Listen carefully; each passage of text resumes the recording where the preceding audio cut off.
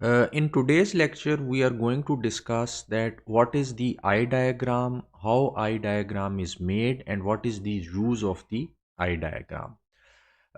ये सपोज करें कि ट्रांसमीटर से हम वंस और ज़ीरोज़ भेज रहे हैं और इन वंस और ज़ीरोज़ को जो हम शेप दे रहे हैं, वन को हम इस तरह की शेप से रिप्रेजेंट कर रहे हैं और ज़ीरो को हम इस तरह की शेप से रिप्रेजेंट कर रहे हैं। अब ये वंस और ज़ीरोज़ फिर चैनल्स में से गुज़र रहे हैं और उसके बाद ये रिसीवर पे रिसीव हो रहे हैं। अभी हम ये अज्यूम कर रहे हैं कि चैनल में कोई नॉइज़ नहीं है और आईएसआई या इंटर सिंबल इंटरफेरेंस की वजह से कोई डिस्टॉर्शन नहीं है। तो ये वंस और ज़ीरोज़ इसी तरह रिसीवर पे रिसीव हो जाएंगे।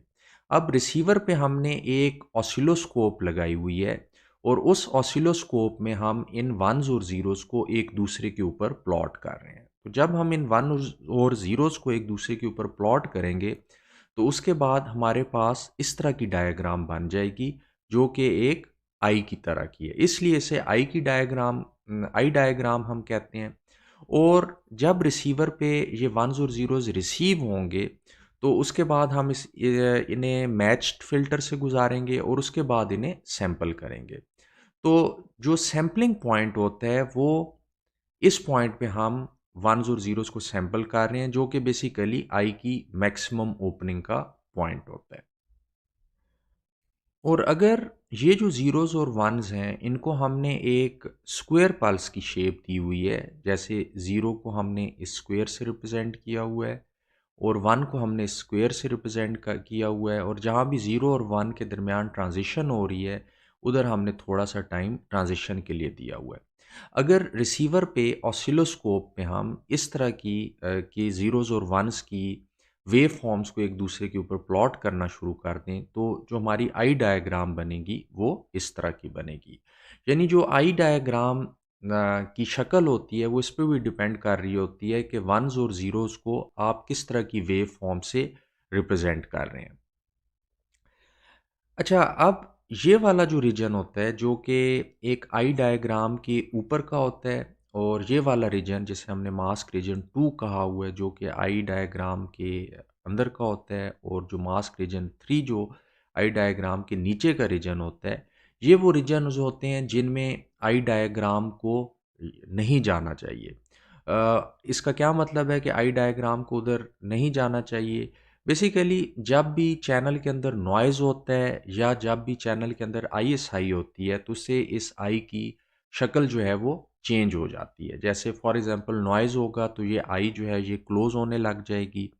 और अगर आईएसआई होगी तो ये आई डिस्टॉर्ट होने लग जाएगी और नतीजतन ये हो सकता है कि जो आपकी आई है वो डिस्टॉर्ट होके या नॉइज़ की वजह से क्लोज़ होके ये इस रीजन में चली जाए। तो हमारी हत्तुल वसा ये कोशिश होती है कि आई जो है इस रीजन में ना जाए।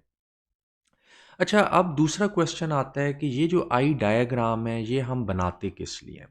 बेसिकली आई डायग्राम जो है उसके ज़रिए हम विजुअली या देख के ये अंदाज़ा लगा सकते हैं कि जो आपके सिंबल्स ट्रांसमीटर से भेजे जा रहे हैं उन पे नॉइज़ और इंटर सिंबल इंटरफेरेंस का क्या इफ़ेक्ट हो रहा है और इस नॉइज़ और इंटर सिंबल इंटरफेरेंस की वजह से क्या बिट एरर जनरेट हो रहा है। जैसे इस आई डायग्राम में आप देख सकते हैं कि यहाँ पे आपको डिस्टॉर्शन नज़र आ रही है। ये जो डिस्टॉर्शन है इस आई के अंदर, ये इंटरसेंबल इंटरफेरेंस की वजह से है जिसकी वजह से आपके सिंबल जो हैं वो डिस्टॉर्ट हो रहे हैं। उसके अलावा जब भी नॉइज़ आता है तो ये आई क्लोज़ होने लग जाती है और ये जो मार्जिन होता है ये मार्जिन ये बताता है कि कितना नॉइज़ आ सकता है जिसके बाद ये आई क्लोज़ हो जाएगी और अगर ये आई क्लोज़ हो जाती है तो उसके बाद जो भी हम वंस और ज़ीरोज़ के डिसीजन करेंगे रिसीवर पे ज़ाहिर है कि वो गलत डिसीजन होंगे। उसके अलावा आई से हम ये भी अंदाज़ा लगा सकते हैं कि क्या टाइमिंग जिटर सैंपल्स में आ रहा है या नहीं आ रहा। टाइमिंग जिटर क्या होता है? टाइमिंग जिटर ये होता है कि आपके कुछ सैंपल्स जो हैं वो रिसीवर पे जल्दी पहुंच रहे हैं और कुछ सैंपल्स आपके रिसीवर पे लेट पहुंच रहे हैं। तो इस तरह की और ये रैंडमली हो रहा है, रैंडमली कुछ सैंपल्स जल्दी पहुंच गए, कुछ लेट पहुंच गए, तो उसकी वजह से टाइमिंग जिटर आता है, और जब टाइमिंग जिटर आएगा तो उसकी वजह से भी ये आई जो है डिस्टॉर्ट होगी, यानी कुछ सैम्पल्स जो हैं वो आगे चले जाएंगे, कुछ पीछे आ जाएंगे। तो और ये जो टाइम है बेसिकली ये आपका sensitivity to the timing error है, यानी अगर किसी भी सैम्पल में इतना ज़्यादा डिले आ जाता है तो आपकी आई कंप्लीटली डिस्टॉर्ट हो जाती है, और उस सैम्पल के मुतालिक जो आप डिसीजन करेंगे कि क्या 1 भेजा गया था या 0 भेजा गया था, वो डिसीजन गलत हो जाएगा। अच्छा, अब ये आई डायग्राम जो हम इधर शो कर रहे हैं एक परफेक्ट चैनल की है, जिसमें ना ही आईएसआई है और ना ही उसके अंदर कोई नॉइज़ है, और आप देख सकते हैं कि इसकी मैक्सिमम ओपनिंग जो है इस आई के मिड में है, और इसमें किसी भी तरह की डिस्टॉर्शन नहीं ऐड हुई हुई।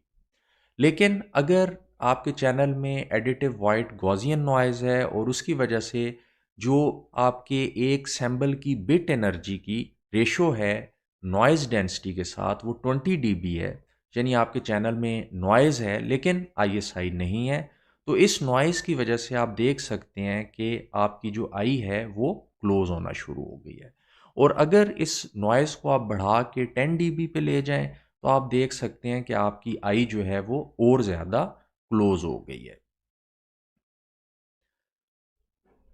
अच्छा, इसी तरह अगर आपके ये जो आई डायग्राम है ये इस पे डिपेंड करती है कि आप किस तरह के सिंबल्स यूज़ कर रहे हैं कम्युनिकेशन के। फॉर एग्जांपल अगर गीगाबिट इथरनेट के केस में आप 5 लेवल की पैम सिग्नलिंग यूज़ कर रहे हैं। 5 लेवल की पैम सिग्नलिंग क्या होती है? फॉर एग्जांपल एक सिंबल जो है उसको आपने इस तरह की वेव फॉर्म से रिप्रेजेंट किया है, एक सिंबल को आपने इस तरह की वेव फॉर्म से रिप्रेजेंट किया है, एक सिंबल को आपने इस तरह की वेव फॉर्म से रिप्रेजेंट किया है, और एक सिंबल को आपने इस तरह की वेव फॉर्म से रिप्रेजेंट किया है, और एक और सिंबल को आपने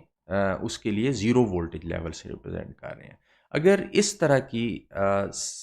की वेव फॉर्म के लिए या इस तरह की सिग्नलिंग के लिए या इस तरह के सिंबल्स के लिए जिसमें आपके पास 5 लेवल हैं, इन सारे सिंबल्स को एक दूसरे के ऊपर प्लॉट करके आप एक आई डायग्राम बनाते हैं, तो आपकी 4 लेवल की आई डायग्राम बनेगी। तो इससे जो है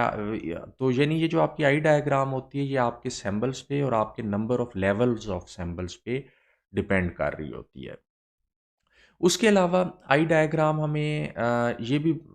इस पे भी डिपेंड कर रही होती है कि आपका रोल ऑफ फैक्टर क्या है। अगर आपका रोल ऑफ फैक्टर 0.1 है, इसका मतलब है कि आप अपने सिस्टम में मिनिमम बैंडविड्थ यूज़ कर रहे हैं, क्योंकि minimum bandwidth R is equal to 0 के लिए होती है, तो आर इज़ इक्वल टू 0.1 उसके बहुत करीब है। लेकिन यहाँ पे आप देख सकते हैं कि आई जो है वो इतनी ज़्यादा चौड़ी नहीं है, यानी इसका मतलब ये है कि अगर इस पॉइंट पे आप सैंपल कर रहे हैं और ये सैंपलिंग पॉइंट थोड़ा सा आगे या पीछे होगा तो उससे इंटर सैंपल इंटरफेरेंस होगी। तो ये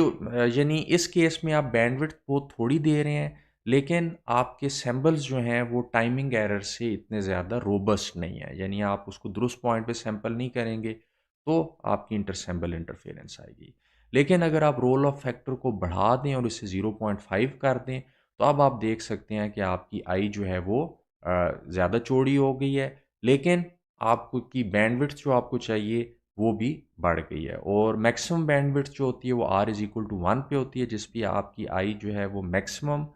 उसकी चौड़ाई होती है। और इस सूरत में जो आपका ये पॉइंट है सैंपलिंग का, अगर किसी वजह से आप इसको यहाँ भी सैंपल कर लें या यहाँ भी सैंपल कर लें तो आपके जो डिसीजंस होते हैं 1 और 0 के उन पे इतना असर नहीं पड़ता, लेकिन इस सूरत में आपकी बैंडविड्थ इतनी ज़्यादा एफिशिएंटली यूज़ नहीं हो रही होती।